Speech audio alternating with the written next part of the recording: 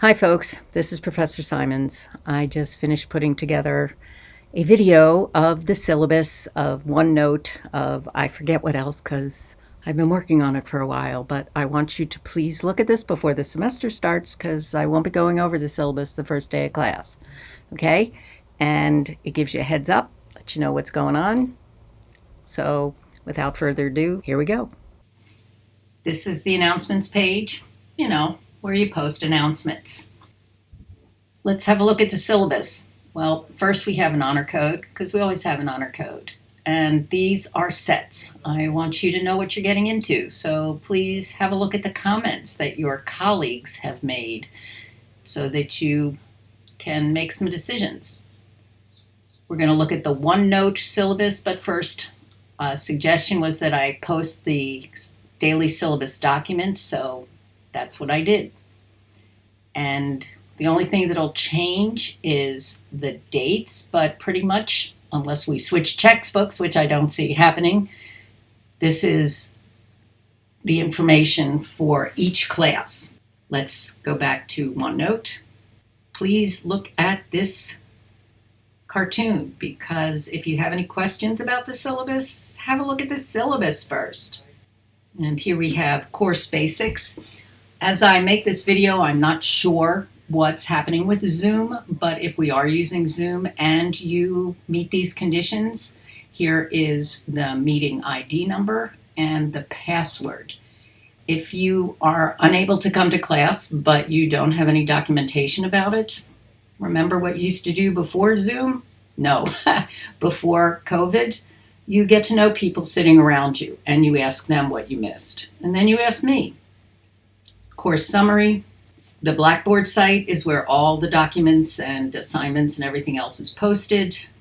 The textbook is optional. You don't have to buy it, but I do have some copies of it if anybody would like to read it, because I do have assignments posted on the daily syllabus. I do have readings because I follow the book closely. I also want you to make sure, even if the book is optional, that you get the Diet and Wellness Plus access code. If you have MindTap, it's included. As with all the other assignments, we'll go over this in class.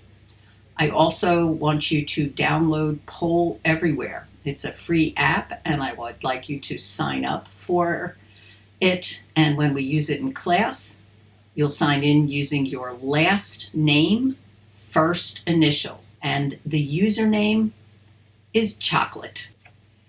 This is my information. Well, actually, it's my email address, the Zoom information if you need it. If you want to meet, we can meet on Zoom, so you can use this information. I'm not sure what's going to be happening. Maybe we'll be able to meet in person. This is more about me. This picture is Silfra. It's taken in Iceland. It's a national park in Iceland where you can snorkel in between North America and Northern Europe, and I was lucky enough to be able to do that. The next picture, actually these are all Iceland, is when my husband and I went to Iceland in the winter, and that's a picture of the Northern Lights. Here's a puffin from Grimsley Island in the Arctic Circle, but I had COVID then, so I didn't get to go see this puffin. I did get to see some others though. The course outline, which I've already shown you, and checklist. I want to be sure that you've read, or that you're letting me know that you read the syllabus, so I ask you to sign this checklist and submit it. These are grades and exams. Now, again, the course isn't final yet, but this is the information that I can give you right now. We do have a lot of assignments in this class. I want you to be aware of that before we get started. So here are the different assignments, the percent of your final grade, and the current due date. I don't have a date for your final yet. What I do want you to know is that if you miss an exam for an approved reason, I don't do written makeups. You'll have an oral makeup, and I will have your final exam date posted, so please note and make your travel plans accordingly, because if you are unable to take the final, while you may be able to have an oral makeup exam, it will be 10 percentage points off your final course grade. These are your deliverables. Let me just repeat that I will be going over every one of these assignments in class. I also have a video, a short video on the different assignments and instructions, so you have video and written instructions for each assignment. You will be submitting them on Turnitin, and please make a copy of the receipt when you turn it in, because sometimes, I don't know, these assignments disappear. And you show me the receipt, I know you turned it in.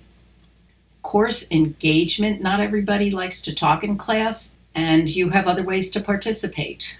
You have Padlets, you have weekly feedback, and there's something called Anato. Maybe you use it in your other classes, which the video that you are going to look at for every class has a tool attached to it that allows you to make comments on the video. And I also will post questions that you can answer. Please note that if you are applying in Anato, don't go to the YouTube link itself. Please answer through Blackboard, otherwise your comments won't show up. And all these count towards your engagement grade. I'll also go over feedback. While feedback is optional, it is part of your engagement grade, and it also helps me know how you're doing in the class. One piece of feedback somebody gave me was to post on OneNote and on Blackboard the daily syllabus so that you didn't have to go through the link every time. These are course policies. Again, I'm not sure what's going on with Zoom right now. These are university policies. Please have a look.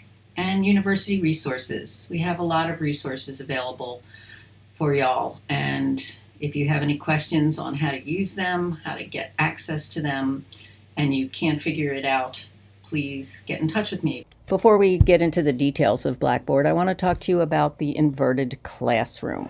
When campus was closed in March of 2020, oh my God, I think it was March of 2019, that's all the blur it is, we all muddled through the rest of spring semester. And then over the summer, what I did was I recorded all of my lectures. And over time, what I have done is worked on them, and I am using what is called the inverted classroom. What that involves is you watching the lecture before class. And then when we get to class, we have activities. We don't have the standard lecture. What that involves usually is starting off with poll questions, answering the poll questions based on the material that you've watched. Then we have current events. Then I may go over questions or comments that were posted in Anato or used in Padlet. Then we have an activity. Most times that activity will be discussion groups. You'll break into discussion groups, answer questions from the materials that were covered in the lecture. Then we'll come back into the classroom and review the answers so that everybody has them. You'll write the answers down on a shared document so that everybody can look at those, because those will be materials that will be covered on the exam. So that's the inverted classroom in human nutrition. Some students really liked it. It was different. Other students got tired of it. I don't know how you're going to feel about it, but if you're watching this video, now you know how class is going to be covered during the semester, and hopefully there will be no surprises. Okay, let's go on.